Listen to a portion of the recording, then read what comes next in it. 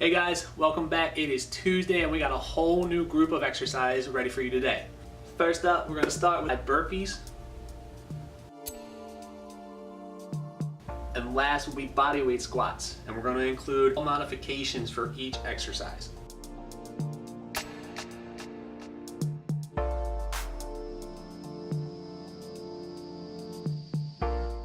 All right, are you ready? Yep. All right guys, let's get started.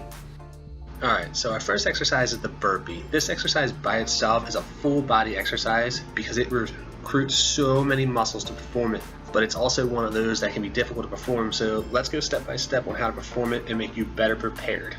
First thing we're going to do, we're going to put our hands right down by our feet, and we're actually going to jump our feet back so that we land in the push-up position. So let's go ahead and take a look from the front view and a side view of that action. After we land, we're actually going to jump our feet back up to the starting position, and from there we're going to stand up nice and tall, and we're actually going to add a hop in at the very end. And as you guys can see here, I'm putting my hands directly in front of my feet, I'm jumping back into the push-up position, jumping them back up, and at the very end adding in a hop. The hop is not mandatory, you don't have to perform it, but if you want to, you most certainly can. Alright, let's move on to the modification for the burpee. The first modification you're going to see can actually be done on the floor or a chair. Performing it on the chair actually makes it slightly easier, but instead of jumping our feet back during the burpee, we're actually just going to step back, which cuts back on the impact of having to bend over or the impact on your feet and your knees when you have to jump back.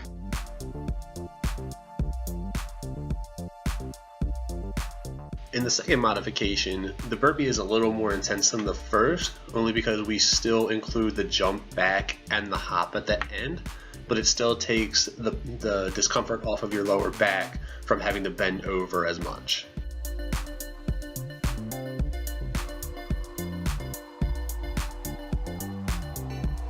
Alright guys, so let's move on to the bodyweight squat. And one thing you guys want to know is the squat is one of those exercises that basically everybody puts into their workouts, but there's a couple of things you have to make sure you're doing correctly to make sure you don't hurt yourself. And we're going to take a look at those techniques over the next few clips. So the first one we're going to look at is anytime you perform a squat, you always want to make sure that your knees are in line over your toes. You don't want your knees to cave in, because if your knees cave in, it's your body's way of compensating to perform the exercise.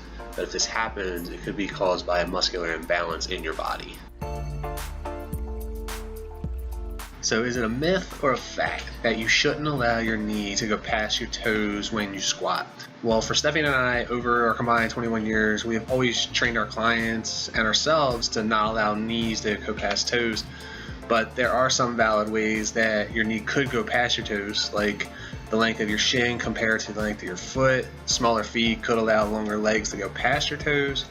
What we recommend is pay more attention to your hips and the angle of your torso compared to your shin. Because as you can see here, when I'm squatting, I am going into 90 degrees, but because I'm trying to pay more attention to my knees and my toes, my torso is leaning more forward than I would want it to be, which makes it so that my torso is actually not parallel with my shins when I lower down to the ground. One of the ways that I pay more attention to my hips when I'm squatting is I like to perform a hip hinge. And one of the best ways I can say to help you learn how to perform this is when everybody goes to jump, normally they'll swing their arms back, and when you go to perform this motion, your hips actually go back into the proper position, and you actually notice that your knees barely move at all. So as you guys can see here, I'm hinging my hips back, my knees are actually staying exactly where they are, and then it allows me to lower down. As you can watch, my back stays perfectly straight, and my torso actually is at the exact same angle as my shins when I go down. So why don't you guys go ahead and try a couple of these, and make sure you're swinging your arms back, and you're going to lower yourself to the ground.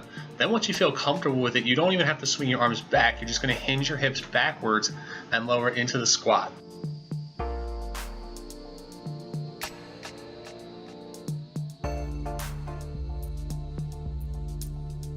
So another important technique when you're squatting is when you go to squat, you want to lean back onto your heels, and then when you return to the starting position, you want to push through your heels. So as you guys can see here, when I'm lowering down to the floor, I'm putting most of my weight into my heels, because if I put more of the weight into my toes, it's actually going to make me lean forward more. And what I want to do is I want to sit back more into the squat. There was a time when I used to perform the squat, I used to go up on my toes a lot, and then I had somebody actually teach me this really neat technique where they put steel plates underneath my toes, which forced me to, when I squat, put my weight into my heels, and then when I lift myself up, I have no choice but to push through my heels because my toes are elevated. This technique doesn't have to be performed with steel plates. It can be performed with most things in your house. It could be, for example, a book that you could put under each foot and it would do the exact same thing.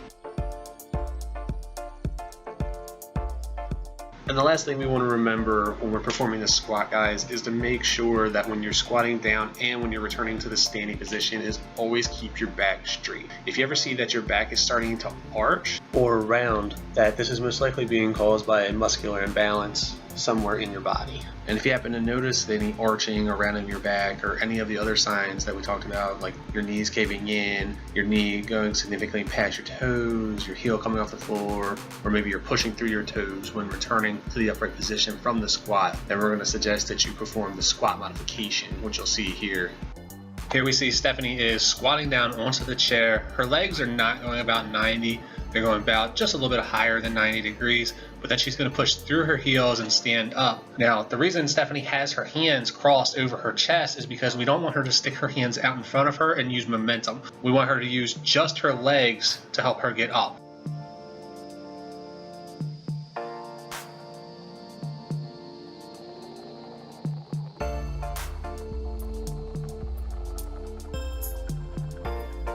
Alright guys, it's time to begin our first practice round of the day. It's going to consist of 5 burpees and 10 bodyweight squats.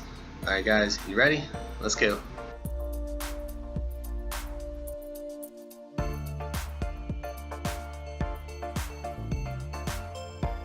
Keep up the good work, guys. You got 2 more burpees. Last one. Great job. Alright, let's go right into those squats. Remember guys, push those hips back. Keep your back nice and straight. Make sure you're pushing through your heels. If you're having any trouble with this, make sure you pull over that chair. Make sure you switch over to the modified. Last few reps here, guys. Number 6, 7, 8, 9, last one, and 10. Good. Alright, let's go ahead and get into that 20-second break. Remember guys, if you need a longer break, go ahead and pause the video. Make sure you come back when you're ready.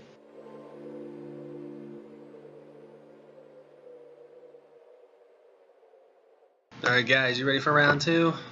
Yeah, I'm not either, but let's go ahead and get started anyway. And remember guys, there's no need to try to keep up with me, but if you can go faster, by all means do. If you can't keep up with me, just go at your own pace. This is not about speed, it's about repetition to make sure that you get it for the long run. Because in the long run, it's not about how fast you can do it, it's about can you do it and can you do it correctly. Alright guys, second round of squats. Let's go, let's go, let's go. Come on. Count it with me. 3, 4, 5, 6, 7, 8, 9, and 10. Good. Alright, second break.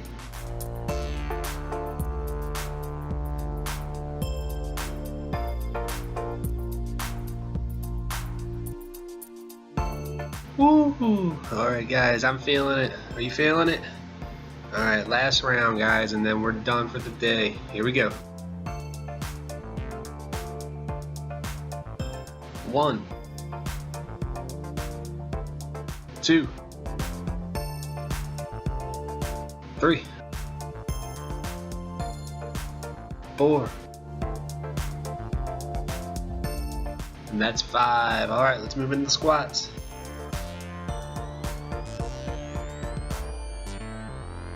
Alright guys, count it down with me. Our last 5 squats of the day. 5, 4, 3, 2, 1. Alright, great job guys. We are all done for today. Thank you so much for coming and checking out our videos, guys. If you have not seen Monday's video yet, make sure you go back, check out Monday's video. Every video during the week is crucial leading up to the full workout on Saturday. And if you have seen Monday's video, and obviously you just saw today's video, then you're ahead of the curve and you're ready to come back tomorrow. Check us out. We're going to have a new group of exercise for you added in for the full workout coming up on Saturday. And I know we talked about muscular imbalances a little bit today, guys. So when you're performing this squat, if you feel you're not doing it correctly, or you feel you do have one of the muscular imbalances, maybe your knees are caving in, your knees are going past your toes, if you just don't feel like you're doing it correctly, then by all means reach out to Stephanie and I. We both are specialized in corrective exercise, meaning that we can help fix these technical problems. I mean, you can send us a small video to our email. We'll check it out. We'll get back to you as soon as possible, to let you know if you're doing it correctly. And if we see something that's incorrect, we'll just let you know. And if you guys are looking for personalized workouts or nutrition plans, feel free to contact us at rns.awf@gmail.com. We personalize everything to you. And when we design your workouts, we personally will create videos of the exercises to personally show you how they're performed to make sure you're doing them correctly. Alright guys, we'll see you tomorrow. Have a great day.